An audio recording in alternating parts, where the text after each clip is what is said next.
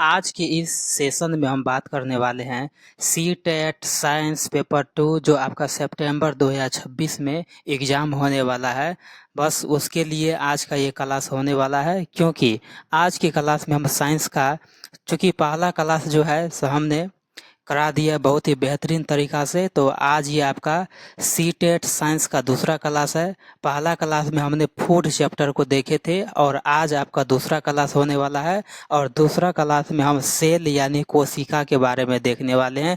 इससे भर भर के एग्ज़ाम में पूछे जाते हैं आपके सी टेट के एग्ज़ाम में क्वेश्चन। तो ये आपका महत्वपूर्ण क्लास होने वाला है। तो इस क्लास को आप ज़रूर मिस मत कर देना और इस क्लास को अंत तक ज़रूर देखना। तो चलिए ज़्यादा देरी न करते हुए हम इस क्लास को स्टार्ट करते हैं। और एक चीज़ आपको बता दें कि ये आपका सीटेट का जो एग्ज़ाम होता है ये प्रॉपर एनसीईआरटी बेस एग्ज़ाम होता है, यानी आपको एनसीईआरटी से क्वेश्चन पूछते हैं। तो इसीलिए हम एनसीईआरटी किताब को भी इसमें इंक्लूड कर दिए हैं और एनसीईआरटी का एक एक पॉइंट को इसमें निचोड़ेंगे। उसके बाद इसमें जिसमें इसका जो निचोड़ बनेगा उस निचोड़ को हम क्या कर उस निचोड़ को एक एक पॉइंट्स हम बनाए हैं, उस सभी पॉइंट्स को हम क्या करेंगे तो एक्सप्लेन करेंगे, ताकि आपको कहीं से कोई दिक्कत होने वाला नहीं है। और बाद में हम PYQ का क्वेश्चन आंसर भी करेंगे। तो इस क्लास को आप ज़रूर अंत तक देखना।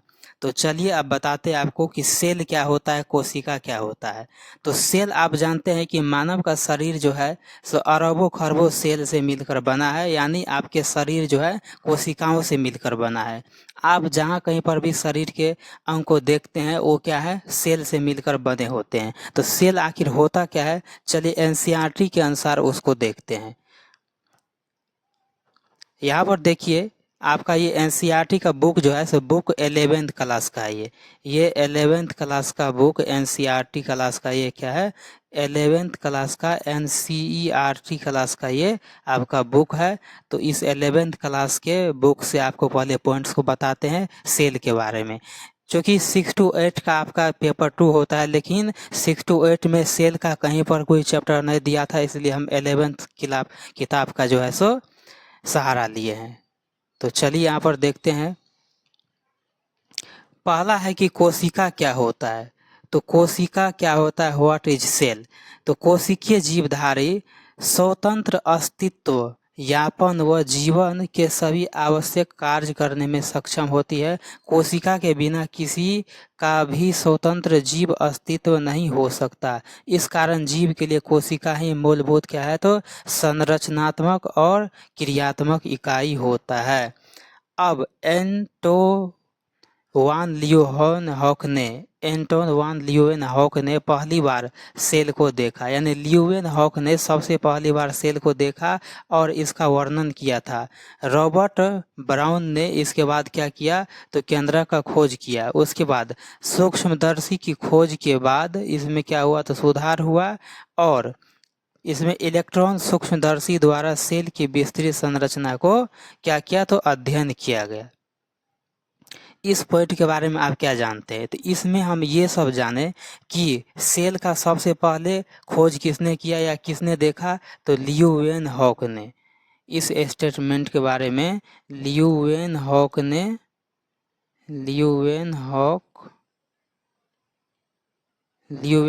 ने क्या किया तो सबसे पहले सेल को देखा। उसके बाद क्या किया तो इलेक्ट्रॉन सूक्ष्मदर्शी द्वारा क्या किया तो सेल का विस्तृत संरचना दिया।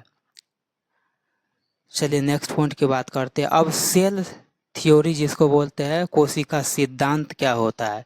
तो 1838 ईस्वी में जर्मन के वनस्पति वैज्ञानिक स्लाइडेन, यहाँ पर देखिए स्लाइडेन ने बहुत सारे पौधों का अध्ययन किया और बाद में पाया कि ये पौधे विभिन्न प्रकार की कोशिकाओं से मिलकर बना है।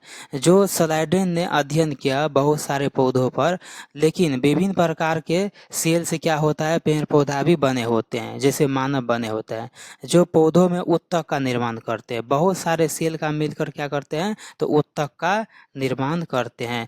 लगभग इसी समय 1839 में एक ब्रिटिश प्राणी वैज्ञानिक जिसका नाम क्या है तो थियोडोर स्वान ने विभिन्न जंतु, यानी स्वान ने किया तो जंतु सेल का अध्ययन किया। यहाँ तक समझ गए। यानी स्लाइडेन किसने अध्ययन किया, तो पेड़ पौधा पे किया। उसका स्वान क्या किया, तो जंतु कोशिका का अध्ययन किया, जंतु कोशिका का क्या किया, अध्ययन किया। उसके बाद कोशिकाओं के बाहरी एक परत झिल्ली होता है, जिसे आजकल क्या कहते हैं, तो जीव द्रव्य झिल्ली कहते हैं। सेल के अंदर कोशिका के बाहर क्या होता है, तो एक झिल्ली होता है, उसे क्या कहते हैं, जीव द्रव्य झिल्ली कहते हैं। इस वैज्ञानिक ने पादप ऊतक का क्या किया, अध्ययन किया, यानी इसमें ऊतक का भी अध्ययन किया।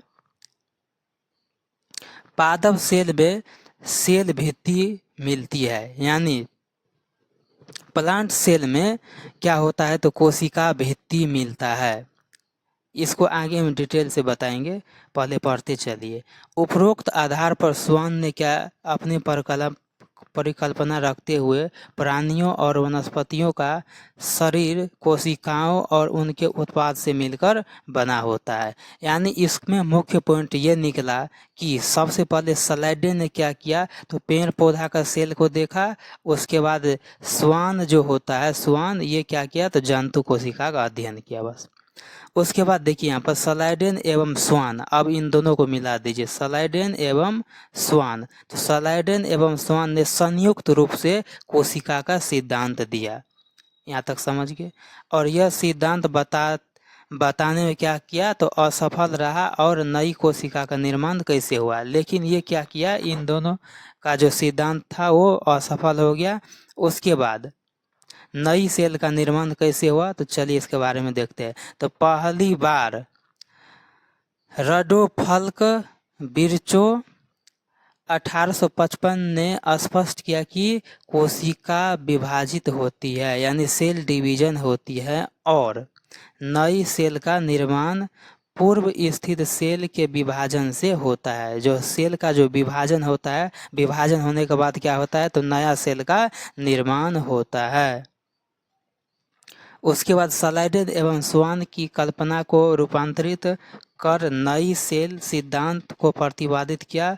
और वर्तमान में कोशिका का सिद्धांत क्या है, तो देखिए यहाँ पर पहला है कि सभी जीव कोशिका व कोशिका उत्पाद से बने होते हैं, और सभी कोशिका पूर्व स्थित कोशिकाओं से क्या होता है, निर्मित स्थित होते हैं या निर्मित होते हैं। इतना बात समझ गए।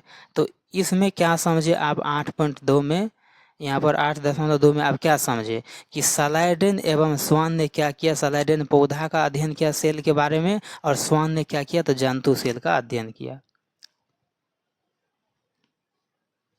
नेक्स्ट पॉइंट, अगला पॉइंट है कोशिकाओं का समग्र अवलोकन। अब एक साथ करके सेल का अध्ययन किया।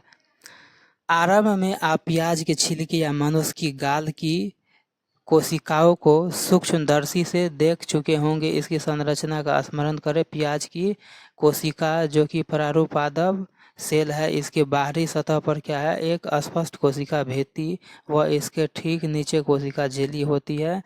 मनुष्य की गाल की कोशिका के संगठन में बाहर की तरफ केवल झिल्ली संरचना दिखाई देती है। प्रत्येक कोशिका के भीतर, यहाँ से पढ़िए, प्रत्येक कोशिका के भीतर एक सघन झिल्ली युक्त संरचना होती है जिसे केंद्रक कहते हैं। प्रत्येक कोशिका के भीतर एक क्या होता है, झिल्ली नुमा एक संरचना होती है, उसे केंद्रक कहते हैं। जैसे मान लेते हैं कि ये क्या है, तो एक सेल है, और इस सेल के अंदर में क्या होता है, तो न्यूक्लियस होता है, क्या होता है, केंद्रक होता है। इस केंद्रक में क्या होता है, गुणसूत्र होता है। इस केंद्रक में क्या होता है, गुणसूत्र को ही क्रोमोसोम कहते हैं। यानी केंद्रक के अंदर क्या होता है, गुणसूत्र होता है। इसमें आनुवांशिक पदार्थ डीएनए होता है। इसमें आनुवांशिक पदार्थ डीएनए होता है। देखिए लाइन बाय लाइन, सबसे पहले क्या, तो सबसे पहले सेल के अंदर क्या है, तो केंद्रक है। क्या है, तो केंद्रक है। उसके बाद केंद्रक, अब केंद्रक के अंदर क्या है, तो गुणसूत्र है। इसके अंदर क्या है, तो गुणसूत्र है। और गुणसूत्र को ही क्या बोलते हैं हम, क्रोमोसोम बोलते हैं। गुणसूत्र को ही क्रोमोसोम कहते हैं। ओके, क्रोमोसोम होता है, और इसमें क्या होता है, आनुवांशिक पदार्थ डीएनए होता है। जिन कोशिका में कोशिका झिल्ली केंद्रक होता है उसे यूकेरियोटिक, व कोशिका झिल्ली युक्त केंद्रक नहीं मिलता है उसे प्रोकैरियोटिक कहते हैं। यानी सेल दो प्रकार का होता है, एक होता है प्रोकैरियोटिक और एक होता है यूकैरियोटिक।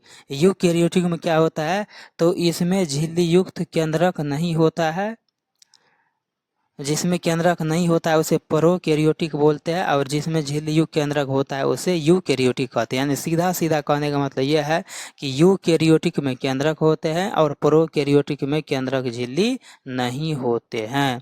इतना बात समझ गए। अब चलिए नेक्स्ट पॉइंट की ओर चलते हैं। अगला है कि यूकैरियोटिक सेल में केंद्रक के अतिरिक्त अन्य झिल्ली विभिन्न संरचना मिलती है जिसे कोशिकांग कहते हैं। यानी कोशिका के अंदर सभी अंग को कोशिकांग कहते हैं। उसके बाद चलिए देखते हैं, जैसे अंतःपरदत्त जालिका, ठीक है ना, जिसे एंडोप्लाज्मिक रेटिकुलम कहते हैं। उसके बाद सूत्रकणिका, सूत्रकणिका को क्या कहते हैं, तो माइटोकॉन्ड्रिया कहते हैं। सूक्ष्म काय को क्या कहते हैं, तो माइक्रोबॉडी कहते हैं, जिसे गोल्जी बॉडी कहते हैं। यहाँ पर गोल्जी सामित्र है। उसके बाद लयन काय को बोलते हैं लाइसोसोम।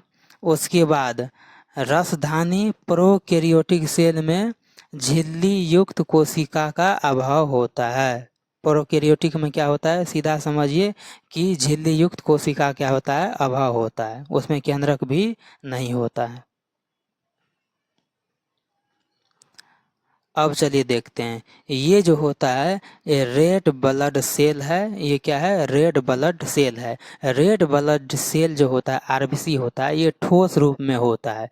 किस रूप में होता है, देख रहे हैं, ठोस रूप में होता है, टैबलेट की तरह होता है।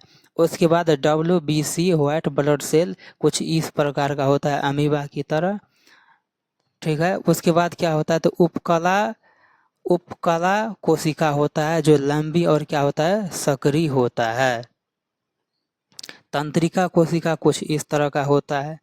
उसके बाद एक वाहिनी दीर्घकृत ये होता है, और मध्योतिकी सेल क्या होता है, तो इस तरह से होता है। इसका फिगर ड्रॉ इसमें किया हुआ है। अब चलिए देखते हैं कि यूकैरियोटिक और प्रोकैरियोटिक दोनों सेल में झिल्ली रहित अंग क्या होता है, राइबोसोम होता है। यानी यूकैरियोटिक और प्रोकैरियोटिक में क्या रहता है, तो राइबोसोम रहता है, दोनों में राइबोसोम होता है, लेकिन न्यूक्लियस नहीं रहता है, न्यूक्लियस नहीं रहता है। अभी ऊपर पढ़े हैं, केवल क्या होता है, राइबोसोम होता है। उसके बाद चलिए देखते हैं, कोशिका के भीतर राइबोसोम केवल कोशिका द्रव में ही नहीं बल्कि दो अंगकों हरित लवक पौधा और सूत्रकणिका व खुरदुरी जालिका में भी मिलते हैं।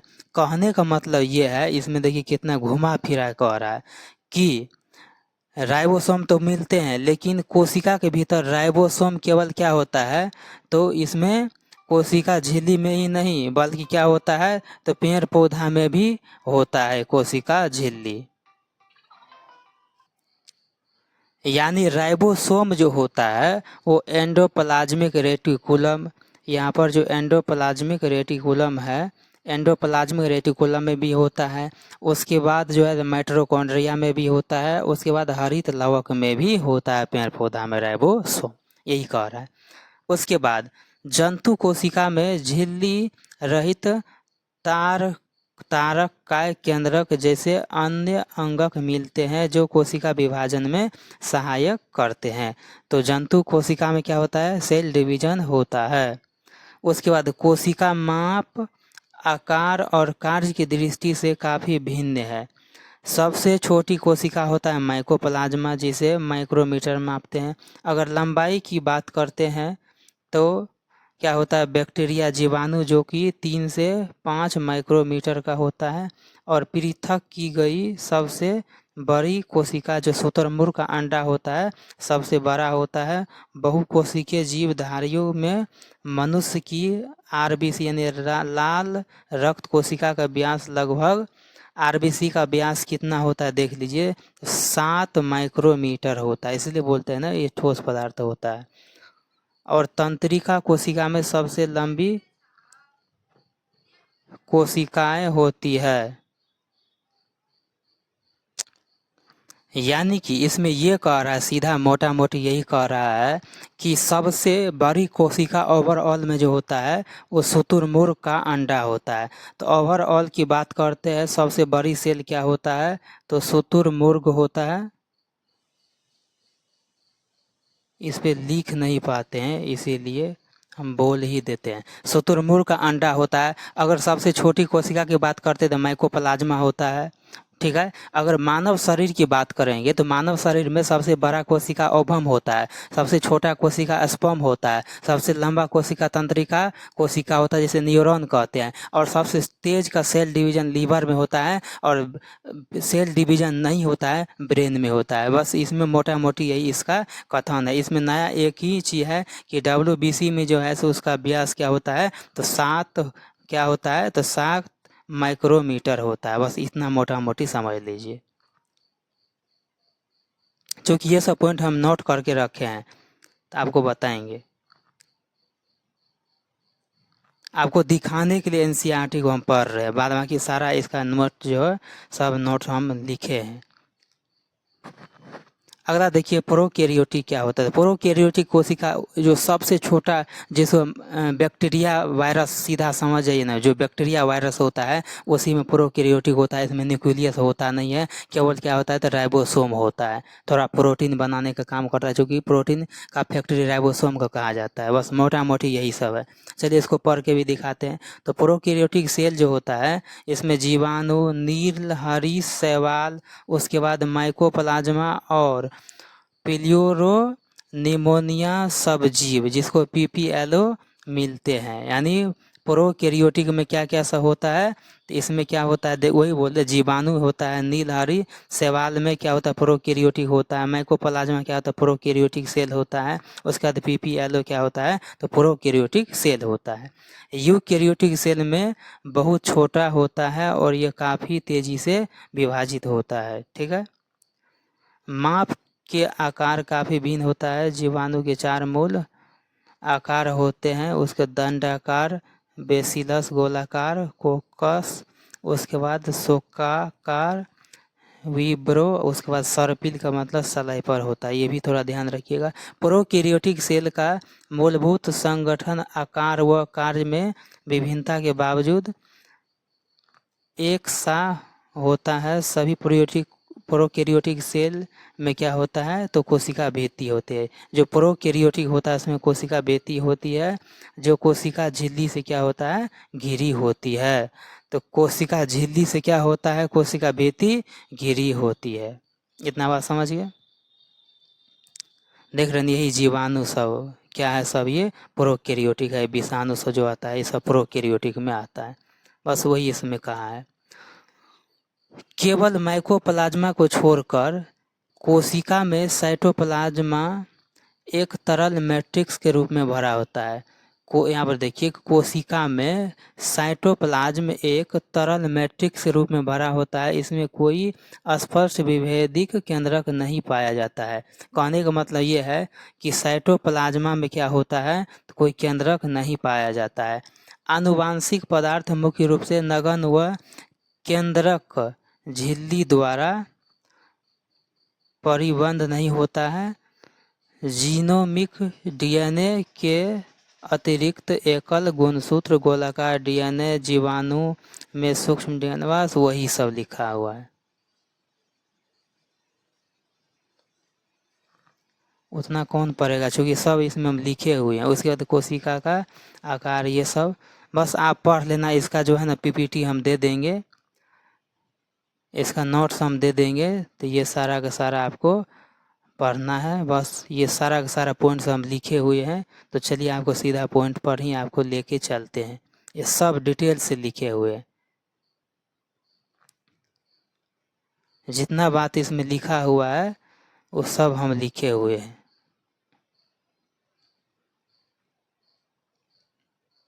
चलिए कुछ पढ़ के आपको दिखाते, जैसे कोशिका झिल्ली क्या होता है। तो सन 1950 ईस्वी के इलेक्ट्रॉन सूक्ष्मदर्शी की खोज के बाद कोशिका झिल्ली की विस्तृत संरचना का ज्ञान संभव हो सका। इस बीच मनुष्य की लाल रक्त कणिकाओं की कोशिका झिल्ली के रासायनिक अध्ययन के बाद कोशिका झिल्ली की संरचना के बारे में जानकारी। एक काम करते हैं, इस एनसीईआरटी क्लास को आप पढ़ लेना, क्योंकि हम नोट्स तैयार किए हैं तो सीधा नोट्स से ही आपको बताएंगे, क्योंकि इसको पढ़ने में बहुत सारा टाइम लग जाएगा। ठीक है, आपको दिखाने के लिए हम स्लाइड में इसको भी ले लिए हैं ताकि आपको विश्वास हो सके कि सर एनसीईआरटी बेस ही पढ़ाते हैं। ठीक है, यहाँ से देखिए सेल कोशिका, तो यहाँ से चलिए आपको बताते हैं कि सेल क्या होता है। कोशिका क्या होता है, तो कोशिका का अध्ययन साइटोलॉजी कहलाता है। अब देखिए धांसू तरीका से कोशिका का अध्ययन साइटोलॉजी कहलाता है, और प्रत्येक जीवधारी के कोशिका क्या होता है, संरचनात्मक और क्रियात्मक इकाई होता है। प्रत्येक जीवधारी का शरीर क्या होता है, सेल से बना होता है। सभी जितने भी जीवधारी होता है और पेड़ पौधा भी होता है, सब क्या होता है, सेल से बना होता है। सर्वप्रथम सेल का खोज किसने किया है, तो रॉबर्ट हुक ने 1665 ईस्वी में किया, लेकिन ये मृत कोशिका का खोज किया, इसे फादर ऑफ साइटोलॉजी कहा जाता है। उसके बाद सर्वप्रथम जीवित कोशिका खोज एंटोनी वन लियोवेनहॉक ने 1674 ईस्वी में किया है। इसे फादर ऑफ बैक्टीरियोलॉजी कहते हैं। इतना बात समझ गए, यानी मृत कोशिका का खोज किसने किया है, तो रॉबर्ट हुक ने 1665 ईस्वी में, जिसे फादर ऑफ साइटोलॉजी कहलाता है। और जीवित कोशिका का खोज किसने किया, तो एंटोनी वन लियोवेनहॉक 1674 ईस्वी में, इसे फादर ऑफ बैक्टीरियोलॉजी कहलाता है। उसके बाद देखिए मृत कोशिका को नेक्रोसिस कहते हैं। उसके बाद रॉबर्ट ब्राउन ने अपनी कोशिका संबंधित खोजों का वर्णन माइक्रोग्राफिया नामक पुस्तक से किया है। उसके बाद चलिए नेक्स्ट पॉइंट की ओर चलते हैं। लियोवेनहॉक द्वारा खोजी गई कोशिका क्या है, तो जीवाणु है, जिसे बैक्टीरिया कहते हैं। आरबीसी, प्रोटोजोआ, स्पर्म क्या है, तो लियोवेनहॉक ने जो जीवित कोशिका खोज किया है उसमें जीवाणु, आरबीसी, उसके बाद प्रोटोजोआ, उसके बाद स्पर्म जिसे शुक्राणु कहते हैं। तो लियोवेनहॉक की पुस्तक का नाम क्या है, तो सीक्रेट्स ऑफ नेचर। सलेडन एवं स्वान ने क्या किया, तो कोशिका का सिद्धांत दिया। उसने कहा कि शरीर कोशिकाओं से बना है, अतः कोशिका सबसे क्या है, तो छोटी इकाई है। शरीर का सबसे छोटी इकाई क्या होता है, सेल होता है। आधुनिक कोशिका का विज्ञान का पिता जो स्वानसन को कहा जाता है, जो सेल का पुस्तक लिखा, और भारतीय कोशिका का जनक ए.के. शर्मा को कहा जाता है। इतना बात आप याद रखिएगा। उसके बाद देखिए कि सबसे छोटी कोशिका क्या होता है, माइकोप्लाज्मा होता है। सबसे बड़ी कोशिका शुतुरमुर्ग का अंडा होता है। सबसे लंबी कोशिका तंत्रिका तंत्र होता है। मानव शरीर की सबसे बड़ी कोशिका ओवम होता है। मानव शरीर की सबसे छोटी कोशिका स्पर्म होती है। उसके बाद तंत्रिका तंत्र में किसी प्रकार क्या होता है, विभाजन नहीं होता है, और क्षतिग्रस्त होने पर क्या होता है, ये क्या होता है, सीधा मृत्यु हो जाता है। ब्रेन में क्या होता है, सेल डिवीजन नहीं होता है। सबसे तेजी से कोशिका विभाजन लीवर यानी यकृत यानी जिगर में होता है। क्षतिग्रस्त होने पर यह अपने आप ठीक कर लेता है। और मानव शरीर की एकमात्र कोशिका जो बदल सकता है आकार, तो क्या होता है, WBC का आकार हमेशा बदलते रहता है। उसके बाद चलिए नेक्स्ट पॉइंट की ओर चलते हैं। तो कोशिका बनता कैसे है, तो कोशिका प्राकृतिक रूप से पहले मौजूद होता है। उसके बाद विभाजन से क्या होता है, सेल डिवीजन से नया सेल का निर्माण होता है। यानी नया सेल का निर्माण से पहले क्या होता है, सेल बना होता है। सेल डिवीजन जब हमारे शरीर को बढ़ने या मरम्मत की ज़रूरत होती है तो क्या होता है, सेल डिवीजन होता है। उसके बाद चलिए आगे चलते हैं। सेल डिवीजन दो प्रकार का होता है, एक होता है माइटोसिस, एक होता है मियोसिस। माइटोसिस में क्या होता है, तो दो समान कोशिका बनती है। यह शरीर के विकास और घाव भरने के लिए होता है। और मायोसिस होता है केवल प्रजनन के लिए होता है।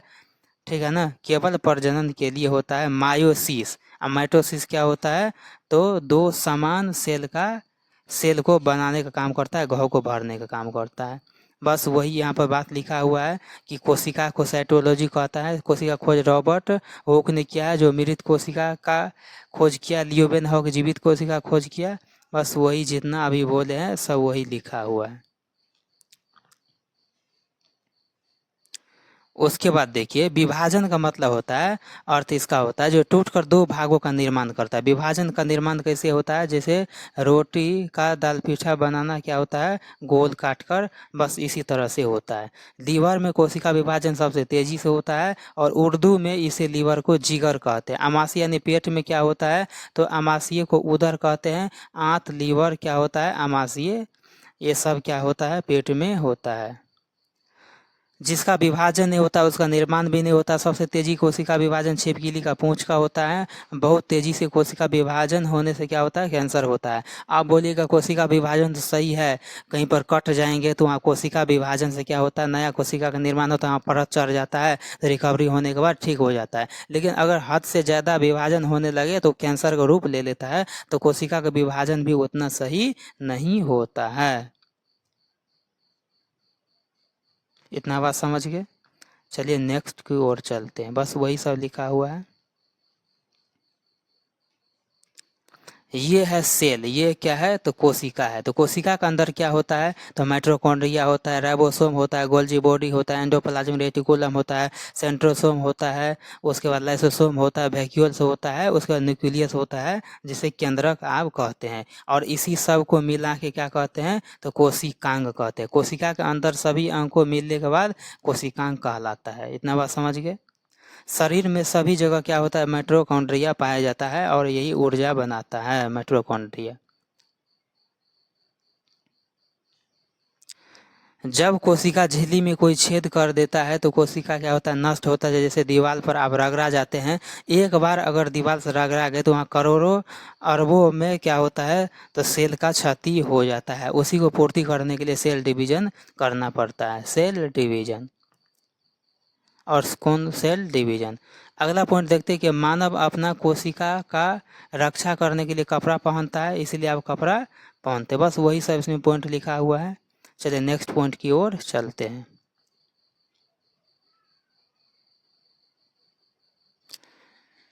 कोशिका भित्ति जो होता है किस में होता है, पेड़ पौधा में होता है, बाद बाकी क्या होता है, जानवर की श्रेणी में होता है।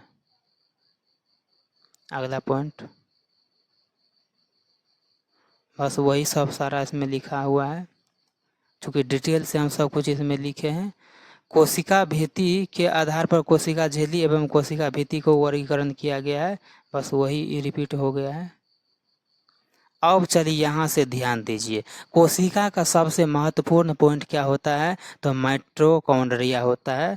माइटोकॉन्ड्रिया होता है। माइटोकॉन्ड्रिया होता क्या है, चलिए इसके बारे में देखते हैं। तो माइटोकॉन्ड्रिया का खोज किसने किया, अल्टमैन ने किया। और माइटोकॉन्ड्रिया में क्या होता है, तो ऑक्सीशोषण होता है। माइटोकॉन्ड्रिया में क्या होता है, क्रेब्स चक्र चलता है। माइटोकॉन्ड्रिया में क्या चलता है, क्रेब्स चक्र चलता है। उसे एटीपी और क्या होता है, तो ग्लूकोज बनता है, जिससे हमें ऊर्जा मिलता है। इसी कारण कोशिका के इसे पावर हाउस या शक्ति गृह कहा जाता है। माइटोकॉन्ड्रिया का सबसे महत्वपूर्ण अंग क्या है, तो सॉरी, कोशिका का सबसे महत्वपूर्ण अंग है माइटोकॉन्ड्रिया। माइटोकॉन्ड्रिया का खोज किसने किया, अल्टमैन ने किया। और माइटोकॉन्ड्रिया के अंदर क्रेब्स चक्र चलता है, जिसके फलस्वरूप क्या होता है, एटीपी और ग्लूकोज बनते हैं। इसे शक्ति गृह भी कहा जाता है माइटोकॉन्ड्रिया को। और माइटोकॉन्ड्रिया के आंतरिक दीवार को क्रिस्टी कहा जाता है। आंतरिक दीवार को क्रिस्टी कहा जाता है। माइटोकॉन्ड्रिया जो होता है अर्धस्वायत्त होता है, क्योंकि यह 70 से 80% क्या करता है, तो अपना कार्य स्वयं करता है माइटोकॉन्ड्रिया। माइटोकॉन्ड्रिया केंद्रक के बाद दूसरा क्या है, तो सबसे बड़ा कोशिका का अंग है। माइटोकॉन्ड्रिया की संरचना क्या होता है, दोहरी झिल्ली का होता है। जैसे मान लीजिए कि ये क्या है, एक सेल है, ये क्या है, सेल है। तो सेल जो होता है ये कोशिका झिल्ली होता है। और यहाँ पर जो ऐसे इस तरह से देख रहे हैं, ये है कोशिका भित्ति। तो माइटोकॉन्ड्रिया का क्या होता है, संरचना दोहरी संरचना होता है। एक कोशिका झिल्ली और एक होता है कोशिका भित्ति। कोशिका भित्ति को ही सेल वाल कहते हैं।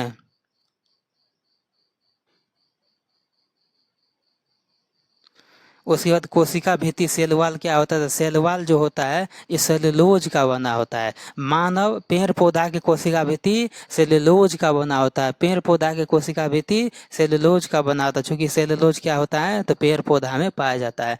पादप में सेलुलोज पाया जाता है और पादप में से बनने वाले सभी वस्तु में सेलुलोज होता है। पेड़ पौधा में जितने भी पेड़ पौधा से वस्तु बनते हैं उस सब में सेलुलोज होता है। जैसे पेपर हो गया, कॉपी हो गया, कार्टून हो गया, नोट हो गया। आपसे सवाल पूछेगा कि आप जो पैसा का यूज करते हैं, जो नोट का यूज करते हैं, उसमें भी क्या होता है? तो सेल्यूलोज होता है।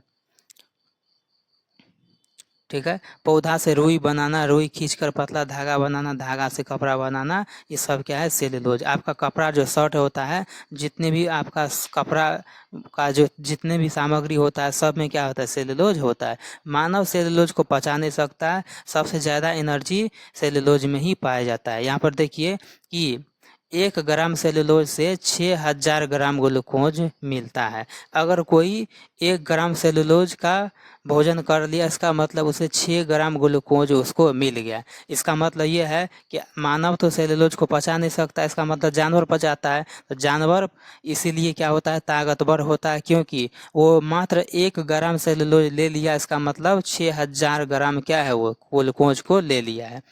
पत्ती में स्टार्च पाया जाता है और उतना अधिक ताकतवर नहीं होता है। पत्ती में क्या होता है? स्टार्च पाया जाता है। अगला पॉइंट देखते हैं कि कोशिका भित्ति जो पादप में होता है उसमें सेलुलोज होता है। पादप में पेप्टिडोग्लाइकेन जो होता है ये जीवाणु होता है। और कवक की कोशिका भित्ति किसकी बनी होती है? तो कैटिन की बनी होती है। सेलुलोज की कोशिका भित्ति किसकी बनी होती है? पादप में कोशिका भित्ति सेलुलोज की बनी होती है। जीवाणु में कोशिका भित्ति पेप्टिडोग्लाइकेन की बनी होती है और कवक की कोशिका भित्ति कैटिन की बनी होती है। एग्जाम में मोस्ट इम्पोर्टेंट होता है, ये पूछता है। पूछेगा कि जीवाणु में कोशिका भित्ति किसकी बनी होती है? तो पेप्टिडोग्लाइकेन का। उसके बाद पूछेगा कि कवक का कोशिका भित्ति किसकी बनी होती है? तो कैटिन का। और पादप का कोशिका भित्ति किसकी बनी होती है? तो सेल्यूलोज का बनी होती है। माइटोकॉन्ड्रिया के पास अपना 70S राइबोसोम होता है जो खुद क्या करता है? तो प्रोटीन का निर्माण कर लेता है। बाद बाकी यहाँ पर बताए थे कि इसके आंतरिक दीवार को क्रिस्टी कहते हैं। माइटोकॉन्ड्रिया में 70S का राइबोसोम होता है। इसके अपना खुद का DNA होता है। जब माइटोकॉन्ड्रिया को जूम करते हैं तो कुछ इस तरह से दिखाई देता है। माइटोकॉन्ड्रिया कोशिका के अंदर पाए जाते हैं। माइटोकॉन्ड्रिया ऊर्जा बनाते हैं। माइटोकॉन्ड्रिया को CO2 चाहिए। माइटोकॉन्ड्रिया को ही CO2 चाहिए। जब आप सांस लेते हैं तो सांस के हवा में मौजूद क्या होता है? नाइट्रोजन और ऑक्सीजन होता है। तो जो माइटोकॉन्ड्रिया होता है वो केवल क्या करता है? ऑक्सीजन को ग्रहण करता है, नाइट्रोजन को छोड़ देता है। नाक के ऊपरी भाग में म्यूकस होता है जो धूल कण को सटा लेता है। और फेफड़ा जो होता है, फेफड़ा ऑक्सीजन को खींचने वाला होता है, नाइट्रोजन को नहीं। फेफड़ा जो होता है सांस तो खींचता है हवा में नाइट्रोजन भी होता है लेकिन नाइट्रोजन को नहीं लेता है। फेफड़ा केवल क्या करता है? वो ऑक्सीजन को ग्रहण करता है। शरीर के सभी जगह क्या होता है? ऑक्सीजन को ब्लड पहुंचाता है। ब्लड क्या करता है? शरीर के सभी अंग को पहुंचाता है। ब्लड किसको? ऑक्सीजन को। नाक ऑक्सीजन बना है नाक के लिए और नाक बना है फेफड़ा के लिए। फेफड़ा में क्या होता है? ब्लड जाता है। उसके बाद ब्लड जो है ब्लड में ऑक्सीजन को छोड़ दिया जाता है। उसके बाद ब्लड क्या होता है? भारी हो जाता है, जिससे क्या होता है? हार्ट धड़कने लगता है। जब हार्ट धड़कने लगता है तो क्या होता है? दिल जो धड़कता है वो 120/80 पे, यानी 80 पर बुलाता है और 120 पर धकेलता है, जिससे क्या होता है? आप बोलते हैं BP। 80 पर बुलाएगा और 120 पे ये क्या करेगा? तो धकेलेगा। जब 120 पे धकेलता है तो क्या करता है? ब्लड सभी जगह ऑक्सीजन को दौड़ा के पहुंचा देता है और माइटोकॉन्ड्रिया क्या करता है? ऊर्जा को बना लेता है। लेकिन आप सब हार्ट को तो किसी और काम में लगा देते हैं। जब आपका हार्ट सही नहीं रहेगा तो आपको क्या होगा? आपको तबीयत ऑटोमेटिक बिगड़ जाएगा। BP लो का समस्या होगा, BP हाई का समस्या होगा और शरीर काम करना बंद कर देगा। इसीलिए हार्ट को सुरक्षित रखना है। हार्ट धड़कने का काम करता है माइटोकॉन्ड्रिया को ऑक्सीजन तक पहुंचाना। हार्ट का केवल एक ही काम है, दिल का एक ही काम है कि माइटोकॉन्ड्रिया तक ऑक्सीजन को पहुंचाना, बाद बाकी कोई काम नहीं होता है। जब ब्लड प्रेशर में क्या होता है, ब्लड शरीर से रगड़ाता है तो यह क्रिया चलते रहता है और शरीर में क्या होता है, रगड़ से एक तापमान उत्पन्न होता है और मनुष्य का तापमान क्या होता है, 37 डिग्री सेल्सियस। उसके बाद चलिए अगला नेक्स्ट पॉइंट की ओर बात करते हैं। तो ऑक्सीजन की ज़रूरत होता है माइटोकॉन्ड्रिया को, और फेफड़ा बना है माइटोकॉन्ड्रिया के लिए। हार्ट यानी दिल का काम क्या होता है, तो सभी जगह को सभी जगह पंप करके ऑक्सीजन को पहुंचाना कहाँ तक, तो माइटोकॉन्ड्रिया तक। अगर ज़्यादा ऑक्सीजन पहुंच गया तो गुस्सा आएगा, चूँकि ऑक्सीजन धक्का धक पहुंचेगा। अगर कम ऑक्सीजन आपको पहुंचा रहा है तो इसका मतलब आपको कमजोरी महसूस होगा। यहाँ तक क्लियर हो गया। चलिए आगे पॉइंट की बात करते हैं। अगला पॉइंट है कि ऑक्सीजन के मदद से माइटोकॉन्ड्रिया में एक चक्र चलता है। तो ऑक्सीजन के मदद से क्या होता है, माइटोकॉन्ड्रिया में एक चक्र चलता है जिसे क्रेब्स चक्र कहते हैं। और क्रेब्स चक्र से क्या होता है, तो एटीपी का निर्माण होता है जिसे एड्रिनोसिन ट्राइफॉस्फेट कहा जाता है। अगला पॉइंट, ऑक्सीजन से क्या करता है, माइटोकॉन्ड्रिया में क्रेब्स चक्र चलता है। क्रेब्स चक्र से 38 एटीपी का निर्माण होता है और 38 एटीपी से एक ग्लूकोज का निर्माण होता है। अगर ग्लूकोज का निर्माण हो गया तो जिससे हमें ऊर्जा की प्राप्ति होता है, ऊर्जा मिलता है। और ऊर्जा की इकाई क्या होता है, एटीपी होता है, एड्रेनोसिन ट्राइफॉस्फेट जिसे कहते हैं। शरीर अपना खुद ग्लूकोज बनाता है, तत्काल ग्लूकोज डॉक्टर द्वारा दी जाती है। शरीर अपना क्या करता है, भोजन से ग्लूकोज का निर्माण करता है। उसके बाद नेक्स्ट पॉइंट, सभी प्रकार के जीवाणु में कोशिका भित्ति पेप्टिडोग्लाइकेन के रूप में होता है। जो कोशिका भित्ति, जीवाणु में जो कोशिका भित्ति होता है वो पेप्टिडोग्लाइकेन के रूप में होता है। और कवक में क्या होता है, मशरूम होता है। कोशिका झिल्ली जो होता है कोशिका भित्ति को मजबूत बनाए रखता है। कोशिका झिल्ली होता है अर्धपारगम में होता है। क्रिस्टी जो होता है माइटोकॉन्ड्रिया के दीवार को कहते हैं। माइटोकॉन्ड्रिया के पास डीएनए दिमाग होता है और यह ब्रेन से बिना पूछे ऊर्जा बना लेता है, इसलिए तो आपके पास हमेशा ऊर्जा रहता है। कहते हैं कि जिसके पास दिमाग नहीं है, पागलों आदमी के पास भी क्या होता है, ऊर्जा होता है। जिससे सभी प्रकार का लोगों के पास क्या होता है, ऊर्जा होता है, पागलों के पास भी ऊर्जा होता है। माइटोकॉन्ड्रिया केवल 2 से 4 का बैकअप देता है, उसके बाद क्या होता है, शरीर गलाने लगता है। नेक्स्ट पॉइंट की ओर चलते हैं। अगला पॉइंट है कि यह डीएनए तथा राइबोसोम यानी दोनों में 70S प्रकार का क्या होता है, राइबोसोम होता है। यानी माइटोकॉन्ड्रिया में डीएनए और राइबोसोम 70S ये क्या होता है, दोनों होता है इसके पास। किसके पास, माइटोकॉन्ड्रिया के पास। अब चलिए एक नया पॉइंट की ओर चलते हैं जिसे बोलते हैं गोल्जी बॉडी। हमने आपको माइटोकॉन्ड्रिया पूरा बता दिया है, अब चलते हैं गोल्जी बॉडी की तरफ। तो गोल्जी बॉडी क्या होता है, तो गोल्जी बॉडी का काम क्या होता है, तो गोल्जी बॉडी का काम क्या होता है, यह परिवहन का काम करता है। गोल्जी बॉडी का काम होता है परिवहन का, एक जगह से दूसरे जगह को ले जाना। जितने भी ऊर्जा बना है माइटोकॉन्ड्रिया से तो पहुंचाने का काम कौन करेगा, तो गोल्जी बॉडी करेगा। तो गोल्जी बॉडी एक क्या है, कोशिकांग है। कोशिका का जो बिखरे हुए प्रोटीन, लिपिड यानी वसा के अणु को बांध कर रखता है। गोल्जी बॉडी जो होता है टीआरएनए की सहायता करता है। और टीआरएनए एक स्थानांतरण टीआरएनए है जो प्रोटीन अणुओं को लेकर चलता है, प्रोटीन को पहुंचाने का काम करता है गोल्जी बॉडी। इसकी खोज किसने किया, तो कैमिलो गोल्जी 1898 ईस्वी में किया। गोल्जी बॉडी पदार्थों क्या करता है, तो परिवहन का काम करता है। इसी कारण इसे ट्रैफिक पुलिस भी कहा गया है। इसी कारण इसे ट्रैफिक पुलिस भी कहा गया। किसे, तो ट्रैफिक पुलिस किसको कहा जाता है, गोल्जी बॉडी को। गोल्जी बॉडी जो होता है यह केवल यूकैरियोटिक कोशिका में ही पाई जाती है, प्रोकैरियोटिक सेल में नहीं पाई जाती है। कौन, गोल्जी बॉडी। पादप कोशिका में गोल्जी बॉडी का नाम क्या होता है, तो डायसाइटोसोम कहलाता है। यह केंद्र के आसपास उपस्थित रहता है। गोल्जी बॉडी के टूटने से लाइसोसोम और राजधानी का निर्माण होता है। पूछेगा कि कोशिका का ऐसा कौन सा कोशिकांग है जिसको टूटने से लाइसोसोम और राजधानी यानी वैक्यूल्स दोनों का निर्माण होता है, तो गोल्जी बॉडी को टूटने से लाइसोसोम और राजधानी का निर्माण होता है। यह कोशिका का मुख्य क्या होता है, सेग्रेशन अंग होता है। माइटोकॉन्ड्रिया द्वारा बनाए गए ऊर्जा का परिवहन का काम कौन करता है, गोल्जी बॉडी करता है। चलिए नेक्स्ट पॉइंट, गोल्जी बॉडी देख लिए। अब चलते हैं राइबोसोम की तरफ। अब चलते हैं राइबोसोम। तो राइबोसोम क्या होता है, यह कोशिका के अंदर का सबसे कोशिका का क्या होता है, सबसे छोटा अंग होता है राइबोसोम। राइबोसोम का काम क्या होता है, प्रोटीन बनाना। राइबोसोम की खोज किसने किया, तो प्लेट नामक वैज्ञानिक ने किया। राइबोसोम कोशिका का क्या है, तो सार्वत्रिक कोशिकांग है, ठीक है ना, जिसे यूनिवर्सल कंपोनेंट ऑफ सेल भी कहा जाता है। राइबोसोम राइबोसोम क्या करता है, तो प्रोटीन बनाता है। राइबोसोम में क्या होता है, कोशिका झिल्ली नहीं पाई जाती है। राइबोसोम सबसे छोटा कोशिका का क्या है, तो कोशिकांग है। राइबोसोम सबसे छोटा कोशिकांग है। स्तनधारियों की एक कोशिका में 10 मिलियन क्या होता है, राइबोसोम होता है। राइबोसोम दो प्रकार का होता है, 70S और 80S।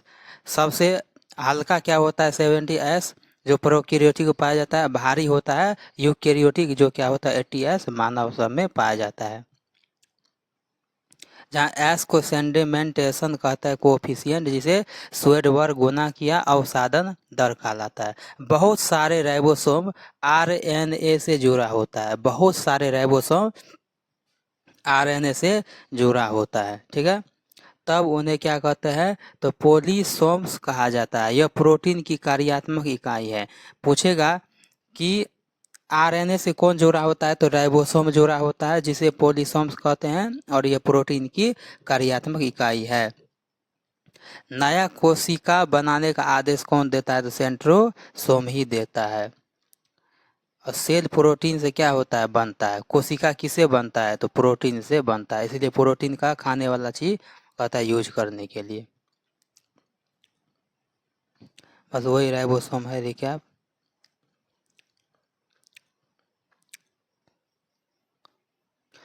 तो सेंट्रोसोम का काम क्या होता है, सेल डिवीजन करना, कोशिका को विभाजन करना सेंट्रोसोम का काम होता है। यह मस्तिष्क में नहीं पाया जाता है, जिस कारण तंत्रिका में कोशिका विभाजन नहीं होता है। यह केवल जंतु कोशिका में पाया जाता है सेंट्रोसोम। पादप कोशिका में सेंट्रोसोम, पादप कोशिका में कोशिका विभाजन सेल प्लेट के द्वारा होता है। पादप, यहाँ पर देखिए, जो पेड़ पौधा का कोशिका होता है उसमें कोशिका का विभाजन सेल प्लेट के द्वारा होता है, इसको याद रखना है। सेंट्रोसोम का खोज किसने किया, तो वान ब्रेडन ने किया। कब, 1883 ईस्वी में। और थियोडोर बोबरी सन 1888 में इसका नामकरण किया है। चलिए नेक्स्ट पॉइंट की ओर चलते हैं। यह केंद्र के पास स्थित होता है और इसमें 2 सेंट्रियोल होता है। पेरीसेंट्रियोल सामग्री जिसे पीसीएम से घिरा होता है। इसका संरचना क्या होता है, बेलनाकार होता है। और इसका स्थान क्या होता है, न्यूक्लियस के पास होता है। और इसका कार्य क्या होता है, सेल डिवीजन यानी माइटोसिस के समय ये क्या करता है, विपरीत ध्रुव पर चले जाते हैं। उसके बाद स्पिंडल फाइबर का निर्माण करता है और क्रोमोसोम को क्या करता है, अलग करने में सहायता करता है। क्रोमोसोम को अलग करने में सहायता करता है कौन, सेंट्रोसोम। चलिए अगला देखते हैं, राजधानी यानी वैक्यूल्स क्या होता है, राजधानी क्या होता है। तो किसी कोशिका में खाली स्थान को क्या कहते हैं, राजधानी कहते हैं। आपातकाल स्थिति में राजधानी क्या करता है, जल, खनिज तथा पोषक तत्वों को क्या करता है, तो स्टोर करके रखता है। जैसे आप पानी कुछ घंटे या एक दिन के बाद भी पीजिएगा तो वैक्यूल्स में क्या रहता है, पानी स्टोर रहता है।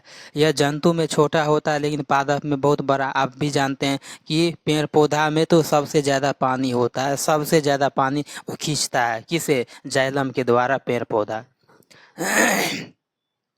उसके बाद अगला क्वेश्चन है, अगला पॉइंट है कि राजधानी को सबसे पहले क्या है, तो स्पेलंजी के द्वारा प्रोटोजोआ में देखा गया है। स्पेलंजी के द्वारा प्रोटोजोआ में राजधानी को देखा गया। राजधानी शब्द किसने दिया है, तो यहाँ पर दुजारदीन ने दिया है। किसने? दुजारदीन ने दिया था।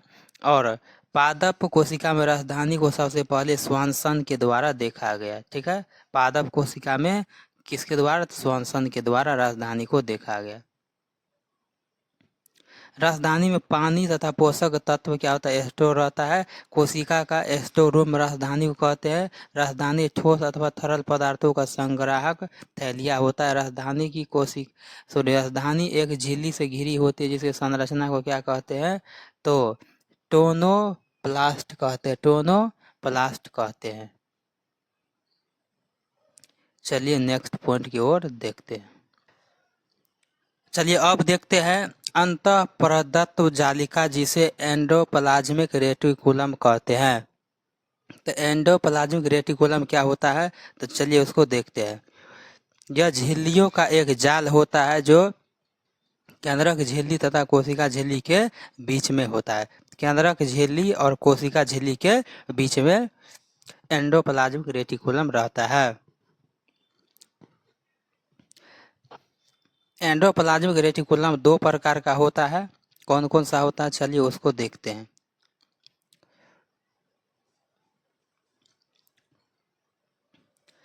एक स्मूथ एंडोप्लाज्मिक रेटिकुलम होता है। यह कार्बोहाइड्रेट तथा क्या करता है, तो फैट का निर्माण करता है। जो स्मूथ एंडोप्लाज्मिक रेटिकुलम होता है वो कार्बोहाइड्रेट और फैट यानी चर्बी का निर्माण करता है। जो रफ यानी खुरदुरी एंडोप्लाज्मिक रेटिकुलम होता है उस पर क्या होता है, तो राइबोसोम होता है। यह प्रोटीन का निर्माण करता है। कौन? एटीएस वाला। देखिए यहाँ पर एंडोप्लाज्मिक रेटिकुलम जो खुरदुरी होता है उस पर राइबोसोम पाया जाता है। इस पर भी राइबोसोम और प्रोटीन का क्या करता है, निर्माण करता है। कौन प्रोटीन का? कौन सा राइबोसोम? तो एटीएस का राइबोसोम। यह केंद्र के आसपास अधिक अस्थायी रहता है।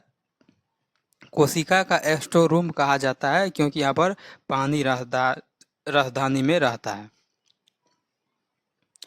अगला माइटोकॉन्ड्रिया। पचकने से बचने तथा सोखने के लिए इसमें क्रिस्टी नामक दीवार तथा डीएनए रखा रहता है। यह प्रोटीन बनाने के लिए 70S राइबोसोम भी रखा रहता है। ये तो माइटोकॉन्ड्रिया के बारे में बता चुके हैं। यानी माइटोकॉन्ड्रिया को पचकने से बचने के लिए इसमें क्रिस्टी नामक दीवार रहता है। माइटोकॉन्ड्रिया के पास अपना डीएनए भी रहता है। उसके पास राइबोसोम भी होता है। ठीक है ना, यानी सब कुछ माइटोकॉन्ड्रिया के पास रहता है। यह कोशिका के बीच में रहता है। माइटोकॉन्ड्रिया कोशिका के बीच में रहता है। एंडोप्लाज्मिक रेटिकुलम कोशिका के बीच में रहता है तथा कोशिका के अंदर पिलर का काम करता है। कोशिका को पचकने नहीं देता। कौन? क्रिस्टी नामक दीवार। अगला है कि एंडोप्लाज्मिक रेटिकुलम कोशिका का कंकाल कहा जाता है। सेल का कंकाल एंडोप्लाज्मिक रेटिकुलम को कहा जाता है क्योंकि कोशिका को पचकने से बचाता है। और सेल का हड्डी यानी कंकाल कहता है। एंडोप्लाज्मिक रेटिकुलम के टूटने या बिखरने से मिलता है कौन? राइबोसोम। यानी अगर एंडोप्लाज्मिक रेटिकुलम टूट गया तो क्या मिलेगा? राइबोसोम मिलेगा। और गंदगी का काम क्या होता है? लाइसोसोम को। तो चलिए लाइसोसोम देखते हैं। लाइसोसोम को आत्महत्या की थैली कहा जाता है। जितने भी सड़े गले पदार्थ होता है उस सब को क्या करता है, तो मार देता है। तो यह कोशिका के अंदर पाचन का काम करता है। इसके अंदर जल अपघटक एंजाइम पाया जाता है लाइसोसोम के अंदर। अगला यहाँ पर पॉइंट दिया हुआ है कि कोशिका के अंदर कोई भी अंग यदि काम नहीं करता है तो उसको कौन नष्ट करता है? लाइसोसोम। जब पूरी तरह कार्य नहीं करता है तो यह क्या करता है, अगर पूरी तरह काम नहीं कर रहा है तो लाइसोसोम ऑटोमेटिक फट जाता है और पूरी कोशिका को नष्ट करता है। इसे आत्महत्या की थैली कहा जाता है। ठीक है ना, इसे एटम बम भी कहा जाता है। और लाइसोसोम की खोज किसने किया? तो डी डुबे। लाइसोसोम की खोज डी डुबे ने किया है। आरबीसी के अंदर रेड ब्लड सेल के अंदर कोशिकाओं का अंग जो लाइसोसोम है ये नहीं पाया जाता है। आरबीसी मरने के बाद स्प्लीन यानी पीलिया में पाया जाता है। आरबीसी मरने के बाद पीलिया में पाया जाता है, ठीक है ना। तितली बोलते तिल्ली में पाया जाता है, जिस कारण क्या होता है स्प्लीन को आरबीसी का क्या कहता है तो कब्र कहा जाता है। अगर आरबीसी मरता है तो कहाँ जाता है, स्प्लीन में चला जाता है, स्प्लीन में चला जाता है, लाइसोसोम नहीं रहता यहाँ। लाइसोसोम सफाई काम करता है, सभी गंदगी को खींच लेता है, बस वही सब दिया। इसके पास लाइकोलाइटिक एंजाइम पाया जाता है जिसे जल अपघटक एंजाइम कहते हैं और हाई पावर का होता है, इसलिए लाइसोसोम को आत्महत्या की थैली कहा जाता है।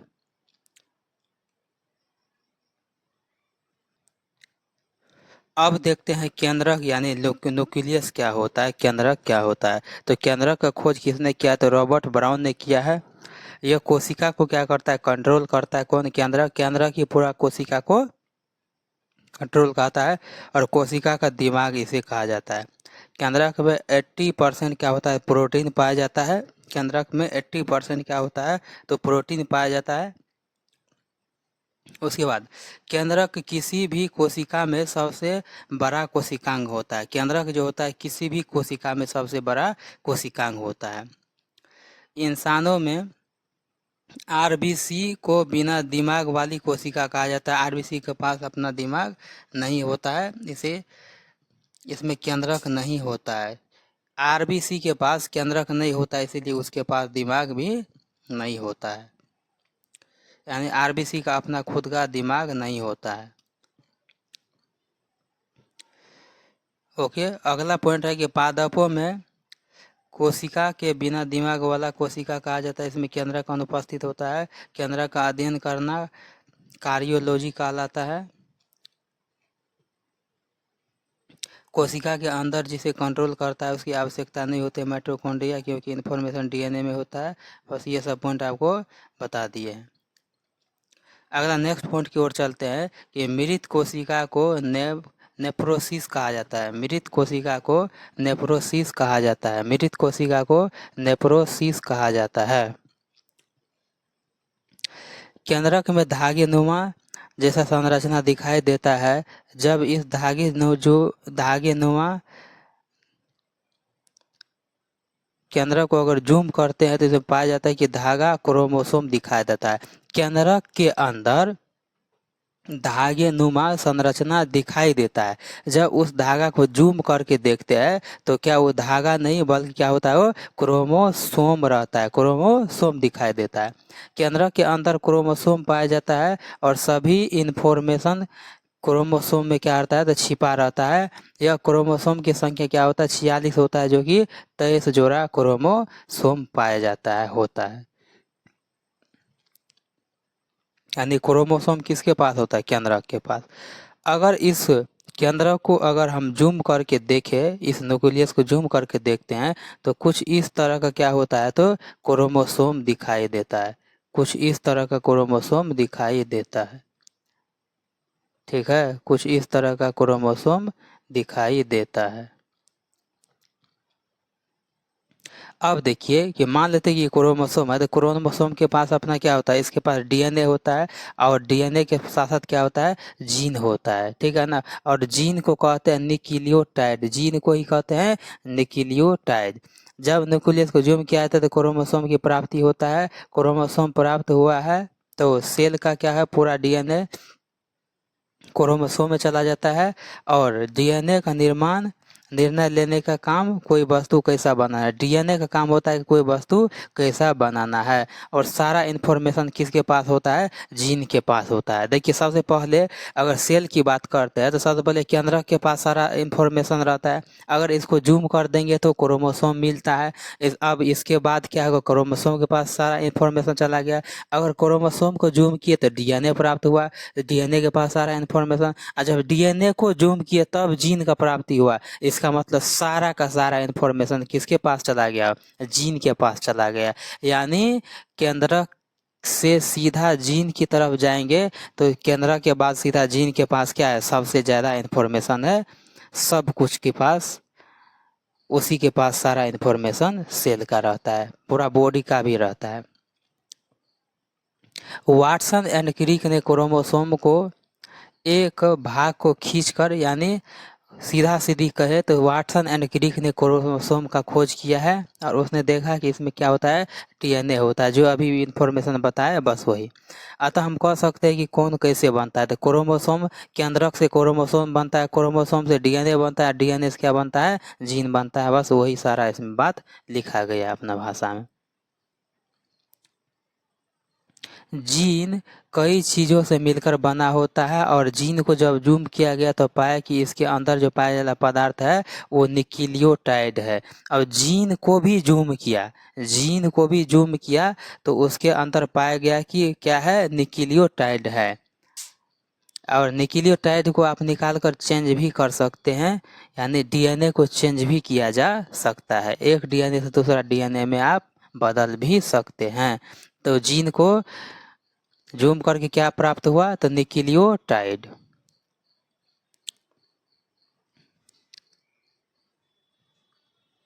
बस वही सब चीज लिखा हुआ है। अब चलिए अगला पॉइंट की ओर देखते हैं कि पादप कोशिका का पहचान कोशिका भित्ति और प्लास्टिक दोनों से होता है। आप बोलिएगा कि सर जंतु कोशिका और पादप कोशिका में पहचान क्या है, उस दोनों में अंतर क्या, हमको क्या अंतर दिख रहा है? तो अंतर यही है कि पादप कोशिका में कोशिका भित्ति और प्लास्टिक दोनों होता है, लेकिन जो जंतु कोशिका होता है उसमें कोशिका भित्ति तो होता है लेकिन प्लास्टिक नहीं होता है। प्लास्टिड का काम होता है भोजन बनाना। जो पादप कोशिका में प्लास्टिड पाया जाता है उसका काम होता है भोजन बनाना, जो प्रकाश संश्लेषण के द्वारा, और फलों को रंग देने का काम क्या होता है, प्लास्टिड का होता है। तो प्लास्टिक का दो काम हो गया, एक हो गया भोजन बनाना, दूसरा काम हो गया उसका रंग प्रदान करना। और भोजन को संग्रहित करने का कार्य प्लास्टिक को होता है, यानी उसका कलेक्ट जो संग्रह इकट्ठा होता है वो भी काम कौन करता है, तो प्लास्टिक ही करता है। अगला पॉइंट है कि प्लांट सेल में कोशिका झिल्ली एवं कोशिका भित्ति दोनों होता है। जो पादप का कोशिका होता है उसमें कोशिका झिल्ली और कोशिका भित्ति दोनों होता है। पादप कोशिका क्या होता है, तो स्वपोषी होता है, और जंतु कोशिका क्या होता है, तो परपोषी होता है। क्योंकि स्वपोषी इसलिए होता है क्योंकि इसके पास प्लास्टिड होता है, प्लास्टिड क्या करता है, अपना भोजन खुद तैयार करता है।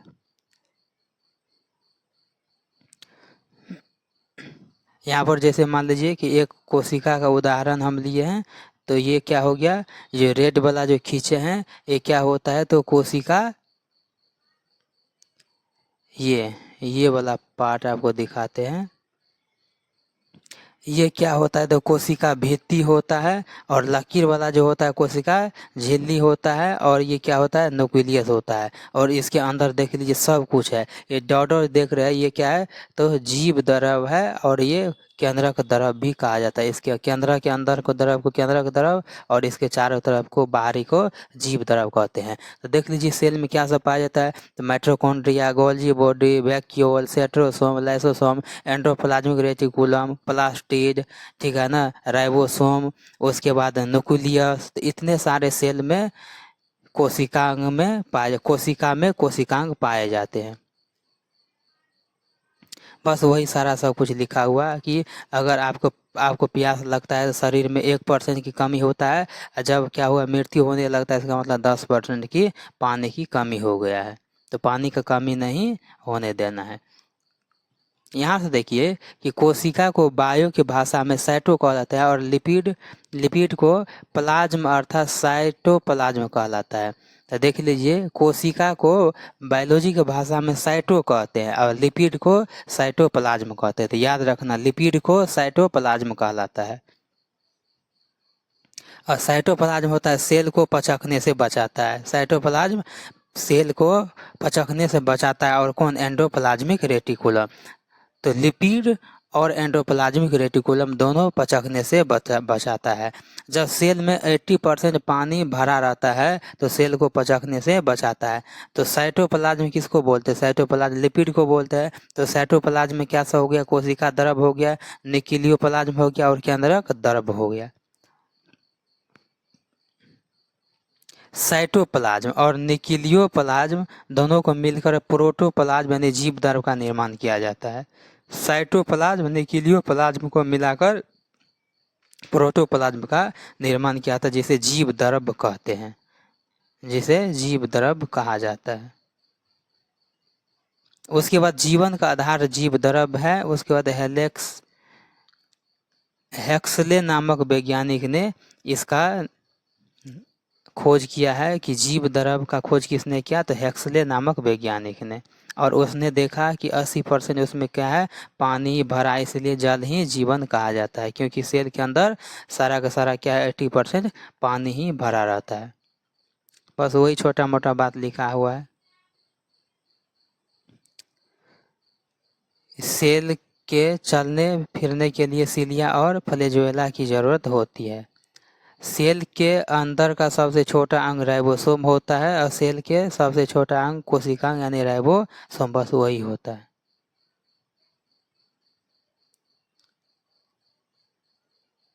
वैसा कोशिका का अंग जो अपना डीएनए रखता है उसे माइटोकॉन्ड्रिया, प्लास्टिड और न्यूक्लियस कहते हैं।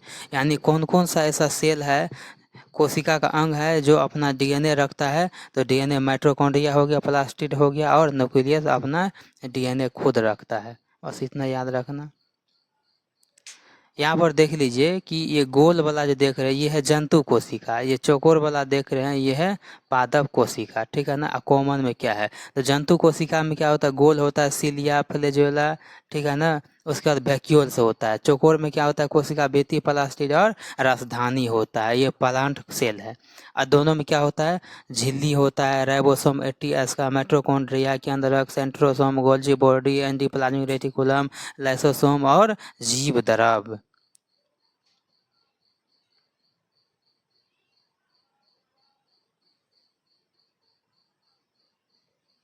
अगला देखिए कि 70S प्रकार का जो राइबोसोम होता है वो प्रोकैरियोटिक में होता है और 80S का राइबोसोम किस में होता है, तो यूकैरियोटिक में होता है। 70S राइबोसोम को क्या कहते हैं, माइक्रोस्कोप से देखा गया और इसे माइक्रोस्कोप से नहीं देखा जाता है, ठीक है ना, क्योंकि ये बैक्टीरिया वायरस होता है 70S वाला में। नेक्स्ट, ये कोशिका यूकैरियोटिक सेल ही होता है जिसे हम क्या कर सकते हैं, देख सकते हैं नंगी आंखों से। जो नंगी आंखों से देखा जा सकता है जिस सेल को, वो क्या होता है, यूकैरियोटिक है। जिसे माइक्रोस्कोप से देखा जाता है वो क्या होता है, तो प्रोकैरियोटिक होता है। सबसे खतरनाक कोशिका मानव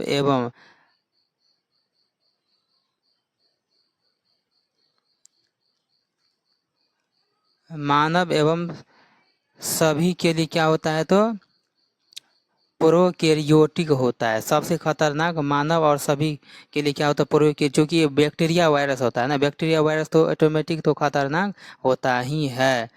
हमारे यूकैरियोटिक सेल के अंदर प्रोकैरियोटिक कोशिका मौजूद होता है। देखिए कितना खतरनाक है। हमारे यूकैरियोटिक के अंदर क्या है, तो बैक्टीरिया वायरस होता है और वहाँ पर क्या होता है, तो वहाँ पर एनर्जी बनाने के लिए साला माइटोकॉन्ड्रिया भी होता है। क्यों न बीमार आदमी पड़ेगा बार बार।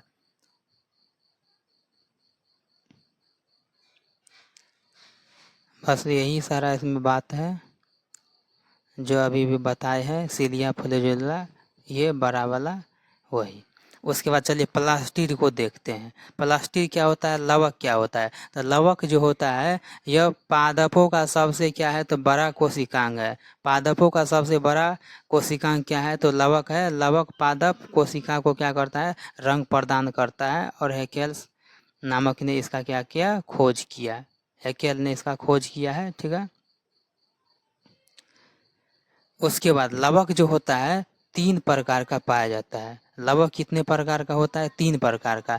एक होता है हरित लवक, दूसरा होता है अवर्णित लवक, तीसरा होता है वर्णित लवक। हरित लवक को क्लोरोप्लास्ट कहा जाता है, अवर्णित लवक को ल्यूकोप्लास्ट कहलाता है और वर्णित करण को क्रोमोप्लास्ट कहलाता है। क्रोमोप्लास्ट कहलाता है।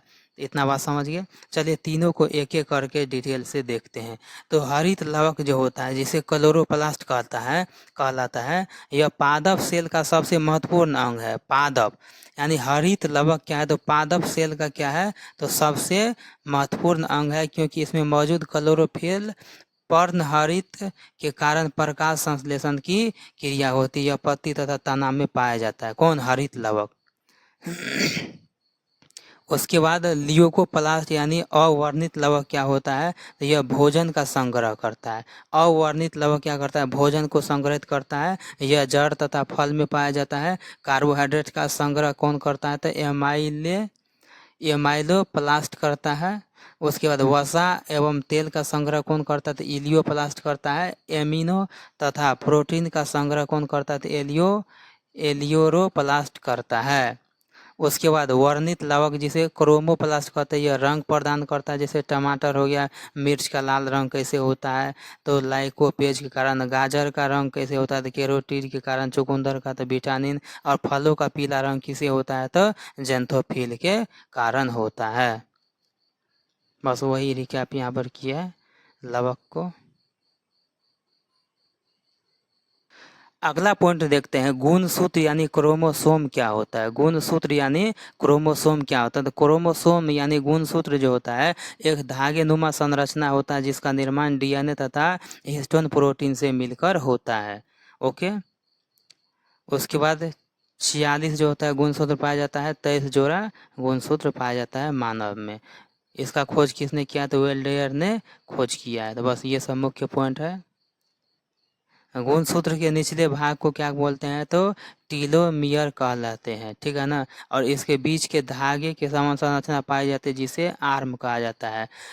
क्रोमोसोम के अंदर पाया जाता है। क्रोमोसोम के अंदर डीएनए होता है और डीएनए के अंदर जीन पाया जाता है। जीन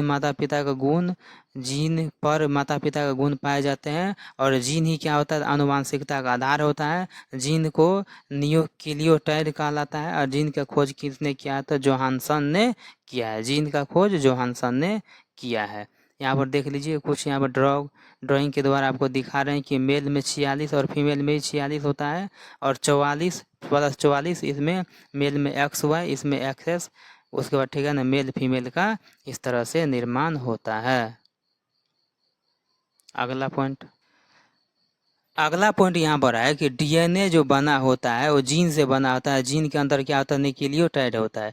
डीएनए जो होता है न्यूक्लियोटाइड का बना होता है। डीएनए किसके बना होता है, तब न्यूक्लियोटाइड का बना होता है या पाया जाता है। डीएनए में क्या होता है, तो 4 मुख्य जो है सो न्यूक्लियोटाइड पाया जाता है। कौन कौन, तो एडेनिन होता है, थायमिन होता है, गुआनिन होता है और साइटोसिन होता है। तो डीएनए में कितना न्यूक्लियोटाइड, 4 गो न्यूक्लियोटाइड। डीएनए में कितना न्यूक्लियोटाइड, तो 4 गो न्यूक्लियोटाइड। एडेनिन, थायमिन, गुआनिन और साइटोसिन। एडेनिन और थायमिन के बीच में क्या होता है, डबल बॉन्ड होता है। गुआनिन और साइटोसिन के पास ट्रिपल बॉन्ड होता है। बस इस बात को याद रखना है, इसे याद रखना है। बस वही सब लिखा हुआ है। अब चलिए डीएनए के बारे में देखते हैं। डीएनए क्या होता है, तो deoxy ribo nucleic acid. DNA का पूरा नाम होता है डीऑक्सी राइबो न्यूक्लिक एसिड होता है। ओके। उसके बाद चलिए यहाँ पर आपको कुछ दिखाते हैं। तो डीएनए का संरचना जो होता है कुछ इस तरह का होता है। डीएनए का संरचना, इसके ऊपर एक नया पॉइंट और है डीएनए में। यह लगभग हर जीव की सेल में क्या होता है, तो केंद्रों में पाए जाने वाली एक क्या होता है, आनुवांशिक पुस्तिका होता है जो शरीर के विकास, कार्य प्रणाली और वंशानुगत लक्षण जैसे बालों, आंखों का रंग को निर्धारित करता है। यह मुड़ी हुई डबल हेलिक्स के आकार का अणु होता है। ठीक है ना। अगला पॉइंट देखते हैं। डीएनए जो होता है, डीएनए का संरचना कुछ इस तरह का होता है। जब इसमें से एक संरचना हटा लेते हैं तो कुछ ये आरएनए होता है। यानी 2 आरएनए से क्या होता है, तो डीएनए का निर्माण होता है। डीएनए का क्या होता है, निर्माण होता है। 2 आरएनए से क्या होता है, तो डीएनए का निर्माण होता है। इतना बात समझ गए। चलिए नेक्स्ट पॉइंट। डीएनए से आरएनए बनाया जा सकता है, लेकिन आरएनए से डीएनए, देखिए डीएनए से आरएनए बनाया जा सकता है और आरएनए से डीएनए भी बनाया जा सकता है, यानी दोनों प्रक्रिया संभव है। या तो आप डीएनए से आरएनए बनाइए और आरएनए से डीएनए बनाइए। और ज़्यादा कॉम्प्लेक्स स्ट्रक्चर किस में होता है, तो डीएनए में होता है।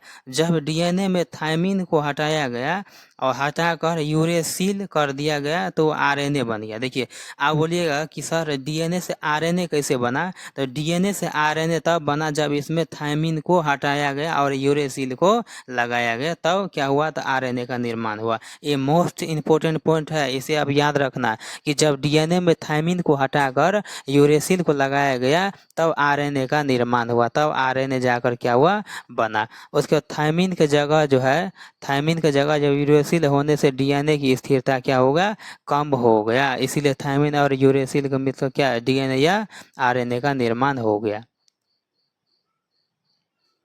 बस वही है मेल और फीमेल 44 वाला।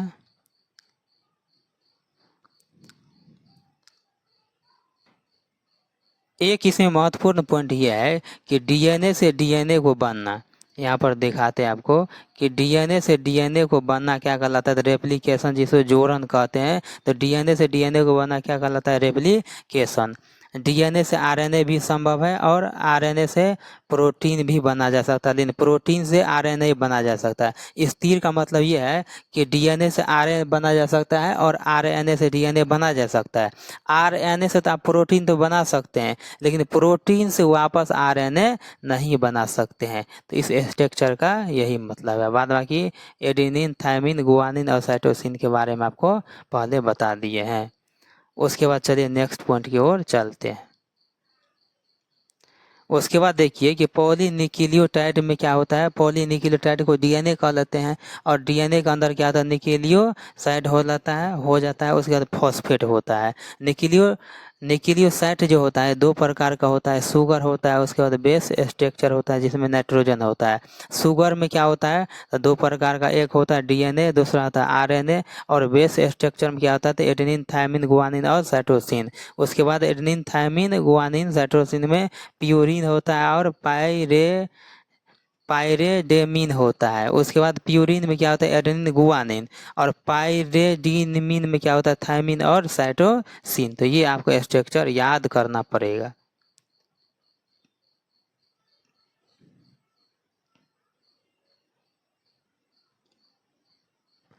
प्रोटीन जो होता है ये नाइट्रोजन का बना होता है। डीएनए के बेस में क्या होता है, तो एडेनिन, थायमिन, गुआनिन और सेंट्रोसिन होता है। शुगर से ही क्या होता है, तो ऊर्जा मिलता है।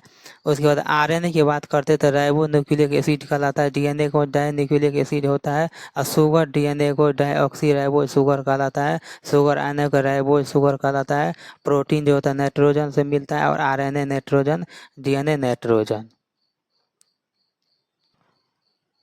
अगला पॉइंट देखते हैं, केंद्रक अम्ल क्या होता है, न्यूक्लिक एसिड क्या होता है। तो ये दो प्रकार का होता है, डीएनए, आरएनए। डीएनए को क्या बोलते हैं, डाईऑक्सीराइबोज न्यूक्लिक एसिड। यह सेल के अंदर केंद्रक, माइटोकॉन्ड्रिया तथा क्या होता है, तो क्लोरोप्लास्ट यानी लवक में पाया जाता है। इसके श्रृंखला को पॉलीन्यूक्लियोटाइड कहते हैं। डीएनए को न्यूक्लियोटाइड का बहुलक कहा जाता है। डीएनए में क्या होता है, तो फास्फोरस तत्व पाया जाता है डीएनए में ही। और डीएनए का पहला अवलोकन किसने किया, तो कार्लसबर्ग ने किया। और डीएनए को प्रयोगशाला में हरगोविंद खुराना ने देखा। ये सब ऑनलाइनर क्वेश्चन आपसे पूछा जा सकता है और इसे बनता भी है। उसके बाद अगला पॉइंट है, डीएनए की संरचना डबल हेलिक्स यानी डबल स्ट्रैंडर्ड के होते हैं और जिसके मॉडल वाटसन एंड क्रिक ने क्या हुआ, तो 1953 में दिया, जिस कारण इसे 1962 में इसे नोबेल पुरस्कार भी मिला। किसको, वाटसन एंड क्रिक को। तो डीएनए की खोजकर्ता फ्रेडरिक मिसर ने किया है। डीएनए का खोज किसने किया, तो फ्रेडरिक मिसर ने किया है। उसके बाद एडेनिन है। थायमिन में क्या होता है, डबल हाइड्रोजन बॉन्ड होता है, ट्रिपल, ये सब बता दिया है। आनुवांशिक गुण का भाग डीएनए होता है। ये सब कुछ आपको हम पहले बता चुके हैं।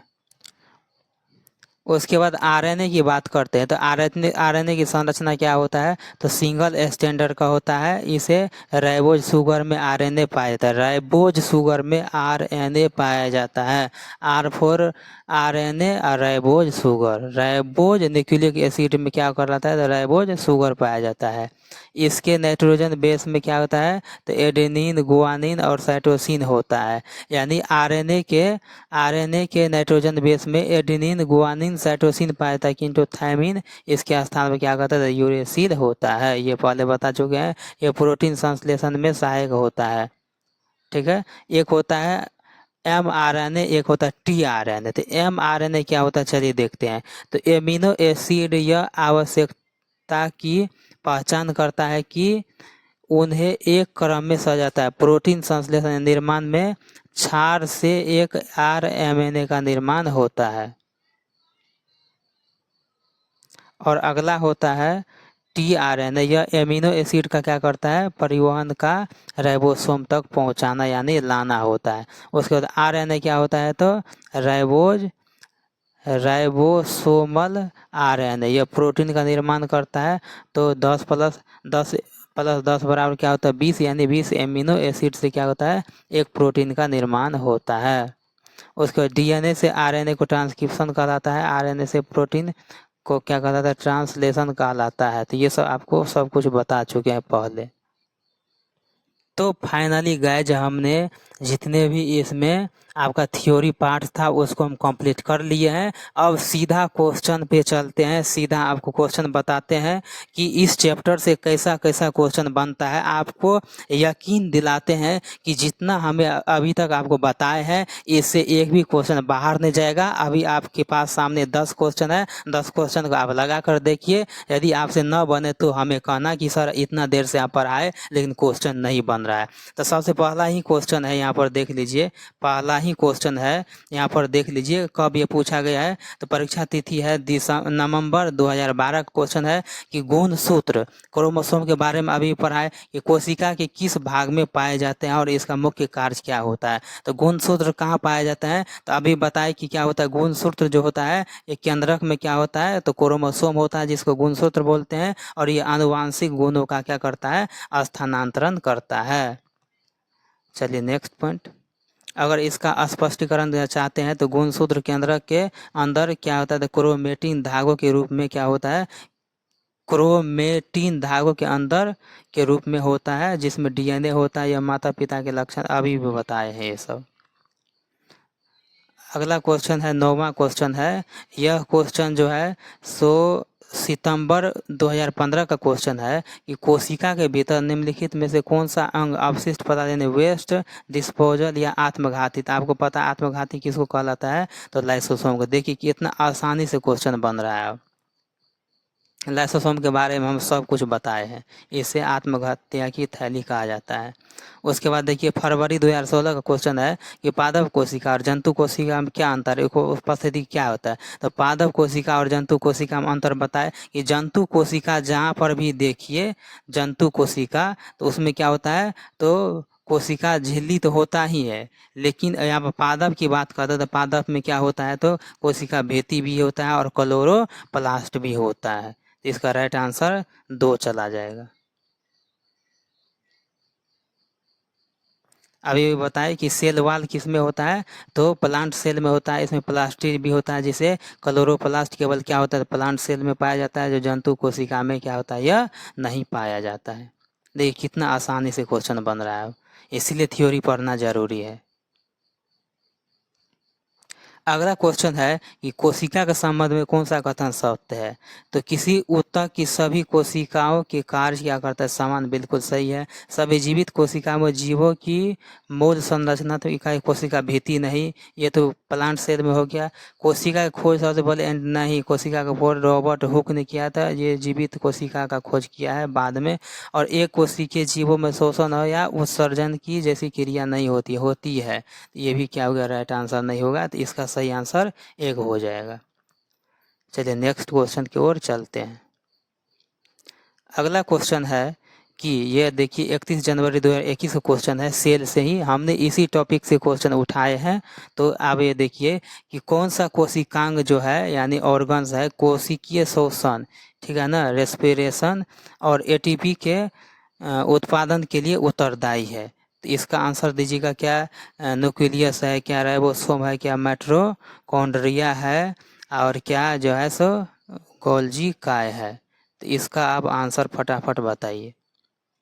तो अभी भी आपको बताए हैं कि कोशिकांग और शोषण के लिए माइटोकॉन्ड्रिया में क्या होता है, फेफड़ा बना है ऑक्सीजन को लेने का, ऑक्सीजन लेता है यानी 21% जो ऑक्सीजन होता है उसको लेता है, उसके बाद नाइट्रोजन को क्या करता है तो ये बाहर कर देता है। तो माइटोकॉन्ड्रिया ऊर्जा बनाता है किसके माध्यम से, तो शोषण के माध्यम से, सांस के माध्यम से आप क्या करते हैं तो ऑक्सीजन को ग्रहण करते हैं। इसे पावर हाउस क्या कहलाता है, पावर हाउस भी कहलाता है सेल का। उसके बाद चलिए नेक्स्ट क्वेश्चन की ओर चलते हैं। अगला क्वेश्चन है कि यहाँ पर देख लीजिए जनवरी 2012 का है या फरवरी 2026 का संभावित क्वेश्चन है कि प्रोकैरियोटिक सेल और यूकैरियोटिक सेल में मुख्य अंतर क्या है। तो प्रोकैरियोटिक और यूकैरियोटिक में अंतर क्या है, तो प्रोकैरियोटिक सेल में क्या होता है तो सुस्पष्ट को केंद्रक झिल्ली नहीं होता है। बिल्कुल सही बात है, इसमें क्या होता है तो केंद्रक झिल्ली नहीं होता है, प्रोकैरियोटिक में केंद्रक झिल्ली नहीं होता है। उसके बाद कहता है कि प्रोकैरियोटिक में कोशिका में क्या होता है, राइबोसोम नहीं होता है। बिल्कुल ये गलत है, राइबोसोम होता है कौन, 70S का होता है। केवल इसके पास क्या होता है तो डीएनए नहीं होता है इसके पास, और न्यूक्लियस भी नहीं होता है। तो ये सारा का सारा ऑप्शन क्या हो गया, कट गया। इसका राइट आंसर क्या हो जाएगा तो 1 हो जाएगा। चलिए नेक्स्ट क्वेश्चन की ओर चलते हैं।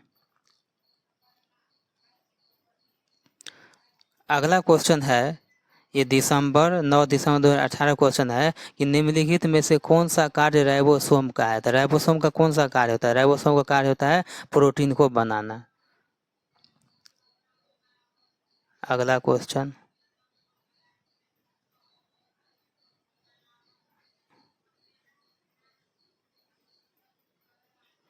अगला क्वेश्चन है कि मानव शरीर की कोशिकाओं के प्रकारों का सही मिलान करें। तो मानव कोशिका के शरीर का सभी प्रकार को मिलान, तो तंत्रिका कोशिका जो होता है, जो नर्वस सेल होता है वो क्या होता है तो गोलाकार होता है। इसमें सही क्या कर रहा है तो मिलान करने के लिए, नहीं ये नहीं होता है। लंबी कोशिका जो होता है क्या होता है तो नर्वस सेल होता है। उसके बाद जो हो गया लाल रक्त कोशिका, ये क्या होता है गोल होता है। तब तो यहाँ पर बताए थे ना कि यहाँ पर 7.0 क्या होता है तो माइक्रोमीटर होता है, बताए थे ना इसका व्यास, इसका डायमीटर जो होता है। उसके बाद हो गया कि पेशीय कोशिका क्या करता है तो तर्क रूप का होता है। इसका मतलब पहला ही इसका आंसर क्या हो गया, सही हो गया।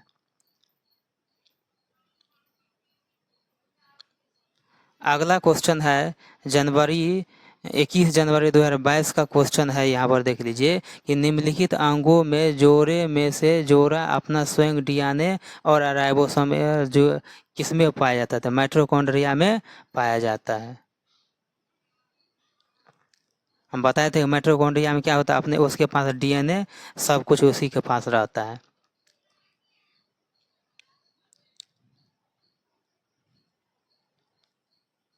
अगला क्वेश्चन है कि कोशिका के संदर्भ में निम्नलिखित में से कौन सा कथन सही है। तो सभी, चलिए इसको थोड़ा छोटा करते हैं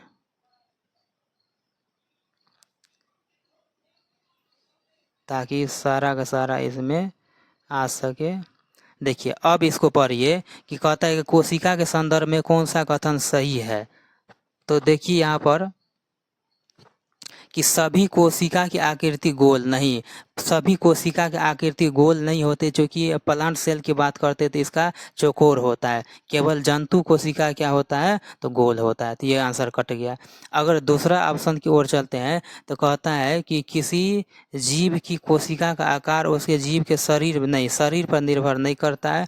क्लोरोप्लास्ट हरी केवल, हाँ क्लोरोप्लास्ट क्या होता है पादप सेल में पाया जाता है, बिल्कुल सही है। और आरबीसी केंद्रक, बिल्कुल इसके पास केंद्रक नहीं पाया जाता है। तो इसका राइट आंसर क्या होगा तो दूसरा चला जाएगा। चलिए नेक्स्ट क्वेश्चन की ओर चलते हैं।